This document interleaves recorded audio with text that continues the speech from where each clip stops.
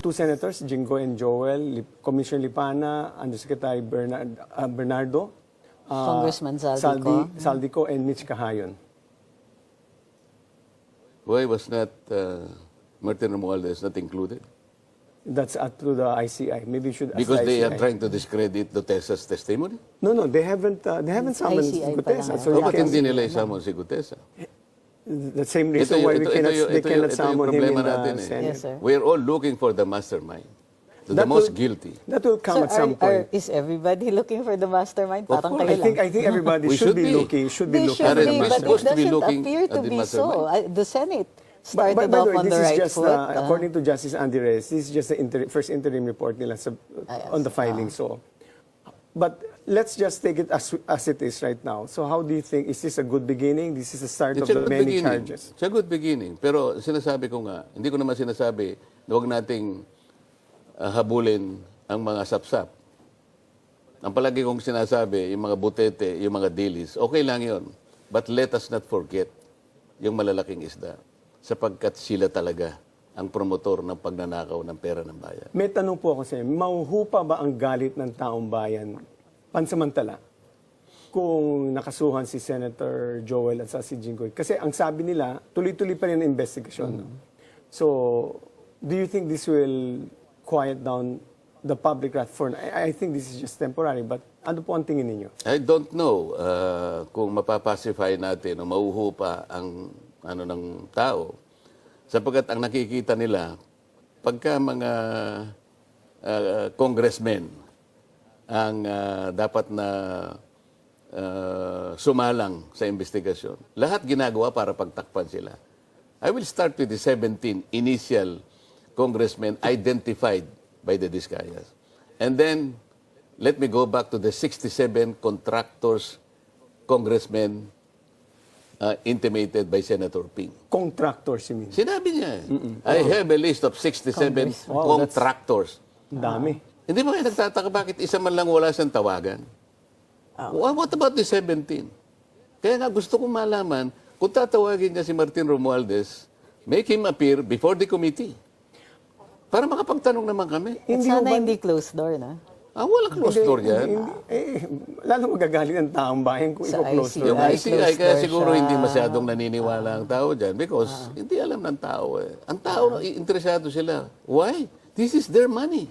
Correct. Alam mo yun, sabi ko nga hanggang ngayon, naghahanap ako kung paano yung sasagot ko sa kanila eh. I hope I can bend the law. Why? Sabi nila, Senator, tulungan mo naman kami. Kami kahit na ganito kami kahirap, pinipilit namin magbayad ng buwis. Ganito pala nga niyan, kinapuntahan ng buwis namin. Pwede bang ilaban mo naman kami para wag naman kaming magbayad ng buwis kahit sa 2026 lang? Parang What am I nangyaya- supposed to tell them? Agreed, sir. But it's If I can bend the law, I will ask the BIR. Pero alam niyo ho, mukhang nangyayari na because I understand from the reports of the finance department, the collection has gone down because primarily the people are so Hindi frustrated. natin, hindi natin madi-discount yan kasi Correct. galit ka yung tao eh. But if I want the people, I want to please them. Pwede ko bang i-bend man lang ang batas? Kahit konti lang para mapagbigyan ko ito. Kasi nga, yung kanilang sentimiento, Attorney Edwin, Attorney Trixie, valid eh. Pera nila ito eh. Nagsikap sila. Luha, dugo ang kanilang ginugol dito. Pagkatapos makikita nilang ganun lang palang kapupuntahan. Correct. Masama pa ekonomiya. It's a- Masakit yung pagbayad ng buwis This is a ngayon. valid expression of anger because of what we've seen right now po eh. So talagang everybody is mad at that's why yung mantra, yung chant ngayon, ikulong na yan, mga kurakot eh. O, tapos ang gagawin nila, para lang ma-sway sa ibang direction, si Gutesa ngayon papapanagutin. Anong malay niya? Binigay lang niya yung papel doon sa window nung kung sino man yun. Akalain mo yung lugar na yun, pinakunan ko na litrato eh. Alam mo nakalagay na paskil doon, Attorney Edwin, Attorney Trixie? Notary Public 24/7. Uy, hindi Yung mga natutulog. abogado doon, hindi na natutulog Oo yun. nga eh. Parang So, ano? Chances are, ginigising. that lawyer, kung sino man yun, hindi siya talaga pumipirma ron. But Yes. she assigned or he assigned somebody napipirma sa kanya. And that is the violation in the notarial Yes. law. But let's discuss moving forward. No? In the same way that you had a surprise witness, like I said a while ago, Senator Lacson claims to have a surprise witness. Isn't it your duty as a collegial body and as a member?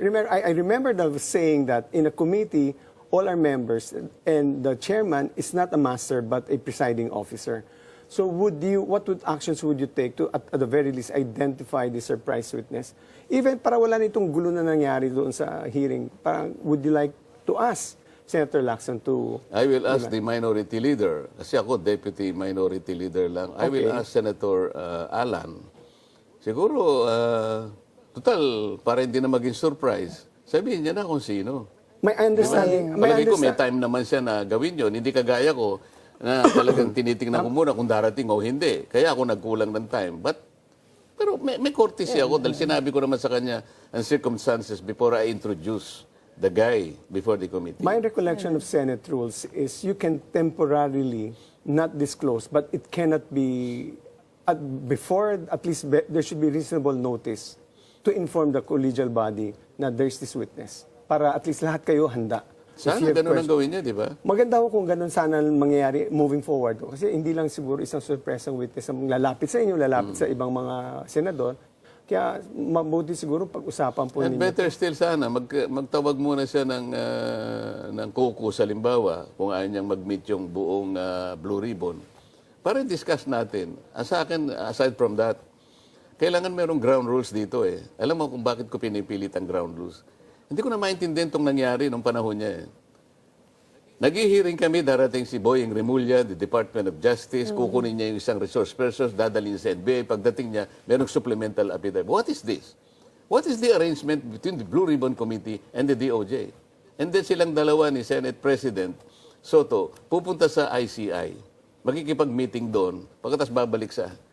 What is the arrangement between the Blue Ribbon Committee and the ICI vis-a-vis the DOJ? Wala pa lang ganun. Naghalo na yung balat sa tinalupan eh. Pero that Sir, was- yung mga diskaya, sinabi na nila dun, speaking of ICI, sabi na nila dun sa ICI that they're not going to appear anymore or hindi na sila magko-cooperate sa ICI. Sa tingin nyo, mag-appear pa sila sa Senate Blue Ribbon? I don't know. But they have Hindi contempt kayo, powers kasi in the Senate. Eh. So, They should. papatawag pa rin kaya Kasi sila? siguro na, ito sa supposition ko lang naman, siguro nawalan sila ng interest dahil sa, sabi mo, they ask for protection under the Witness Protection Program. Ako naman, ang nalalaman ko, we can provide that because under the law, Section 4 of the WPP, they can be processed. Mag-apply sila. Were they provided they were already provided protection, di ba? Hindi nga eh. Kasi nung ako ang Blue Ribbon Committee, sa kanilang sworn statement, humihingi sila ng witness protection. So I, as the chairman, sumulat ako sa Senate President. At that time, si Chis Escudero. Kaya lang hindi nagkaroon ng katuparan yon dahil habang ginagawa ko pala yon, nagkudita na kami. So ayaw ng pagbigyan ni the new Senate President Tito Soto. Kasi kinukuha niya yung sinabi naman ng then Secretary of Justice that before they can be processed under the Witness Protection Program, they should do some restitution. Sabi ko, teka muna. That was re-echoed by the Senate President. Sabi ko, wala namang ganun sa Bago yan, rules eh. bago yan. Bago naman ata yan eh. O sabi ni Boying, hanggang sa nagkaroon kami ng konting pagtatalo, why are you adding a requirement that doesn't exist in the law? Respectfully, Senator Marcoleta, I also feel that those requirements, these are threshold procedural requirements. Yes, sir. Restitution can happen either before or after. Eh. Or after. Because remember, every criminal Not liability before, case, if you talk about walang the rule. application. Where's the rule? Siguro after, because that is the most... I Once disagree with that na-establish. because all in the case of the Napoles, that was also part of that. Eh. You were requiring because the reason why it is not a sixth element because number one, it's a substantive yan eh. Procedural yung sinasabi doon sa discharge of a state witness. And restitution is not present in the way that is fashioned when you're stealing money. Restitution always happens, but not in the way like in the case of plunder. Not all cases are plunder, so that restitution will not be found in the the general procedural rules. Kasi hindi lahat ng crime eh. But what standard? We understand pag after kasi fruits of the crime na siya or ano. But before, what will be the basis Wala. of your restitution? It's a discretion of the judge. No, but this one, nag-a-apply pa siya. Hindi, wala pa sa judge. Wala pa. Nag-a-apply siya kasi WPP pa lang. kailangan i-process mo siya under the law. WPP pa lang. Wait. Hindi Dalawa pa- ho hindi pa yan court. eh. There were two things, if I recall. One was protection, and one has to be discharged as state witness, state which witness. is yung mas WPP importante sa kanila yun. Hindi, ganito yan kasi Section 3, di ba? Pag ginawa mo Section 3, ito hindi siya kasama sa crime. Pero nag-a-apply siya ng witness protection dahil medyo mabigat ang testimony. But in this case, we're applying under Section 10 kasi kasama sila dito sa problemang iniimbestigahan. So, restitution, wala siya sa batas eh. Can you imagine the title itself of the law? It's witness protection and benefit. So to burden the potential applicant of restitution, unang-una, ilan ba i-restitute? Who's going to compute? Baka they will be able to abuse their discretion. Baka magkaroon pa ng corruption dito sa restitution because it is not provided by law. So sabi natin, ang totoo niyan, kahit na state witness na sila, if they cannot comply with the requirements, pwede mo naman siya tanggalin na sa state witness. Eh. But restitution will always happen at the end. Well, we have different views, but anyway. Hindi, kasi at WPP, we have not yet established the extent Yes. of the criminal activity. Hindi So, niya kailangan aaminin sa'yo tapusin nila na yan, hindi po kami You know, but the fact that he's applying to be state witness, obviously, Probably an There's expression an- of willingness to restitute. Yun siguro yung pwedeng... But I'm just you have telling to, you, The hindi pwedeng objective of the law kasi, retroactive din. kaya naman kailangan mo yon. Napakahirap naman na i-pinpoint mo yung isda na malaki. Wala ka nang makukuha ng ganun kadali. So, itong mga taong ito were encouraged to do that in order to help the state prosecute the bigger fish. well, anyway, Yun ang exchange niya. Your vision really is to go after the mastermind and therefore the root of all of Yes, this. ma'am. That I has think been my that is position not the from the monopoly beginning. of Senator Marcoleta's vision. It's a vision of everyone here Of course, to go but after the we're talking mastermind. about how single-mindedly Yeah. this is how he crafted. In fact, the way you conducted the Senate Blue Ribbon when you were the chairman was in order to get at the big fish. I told that in my... May tanong po ako sa inyong final question. Medyo we're running off time. Pasensya na po. Kung hindi mag-go all the way sa Malacanang, ano hong magiging... What do you mean all the way? Sabi, kung may posible bang mag-go all the way to Malacanang, sa tingin nyo ba, this problem will go all the way to Malacanang? Hindi naman ganun eh. Ako sa akin, hanggang saan naaabot pa yung ebidensya, So, ang di ba? naabot lang kay Ang sinabi ni Romualdez. Gutesa, si Follow Romualdez the eh. evidence. That's the whole point. I cannot speculate kung saan beyond papupunta yun. that, Basta ako, kung ano yung sinabi ni Gutesa, I'm strictly following that. Okay.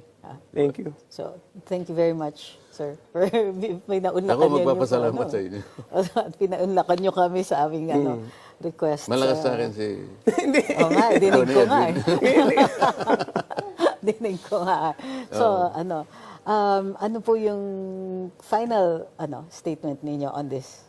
Yeah, sana ang taong bayan ay maging vigilant. Huwag po tayong maniniwala na dahil lamang sa sinabi ng abogado na hindi siya may pirma. Talagang maaring hindi po siya may pirma. Sa kalakaran po kasi, hindi naman po ang abogado po may pirma sa dami po ng mga notaryo publiko ngayon. Pero wala pong kasalanan si Gutesa. Wala po siyang capacity na siya yung kumuha ng dry seal, siya mag-i-stamp po kung Manila, kung Quezon City, at lalong-lalong hindi po niya magagawang hanapin kung ano yung document number na ilalagay niya, the page number, and the book number. Imposible na po yun. Kami pong mga abogado, nagkakaintindihan kami doon. Kaya pinapaliwanag po namin mabuti sa inyo. Huling na, sir. Tingin nyo, matutuwa pa yung mga... ano yung reaction ng mga tao kung hindi... Nanghihintay sila ng may Malacanang echo man lang tungkol dito sa corruption issue. Basta't ako po kung hanggang saan po aabot ang ebidensya. Ang nakita ko po ay si Gutesa ay isang napakabuti at napakamalakas na ebidensya na nag-connect from Saldico to Martin Romualdez. Hanggang doon lang muna po tayo. Kung saan po aabot lahat nun, Diyos na po ang nakakaalam nun.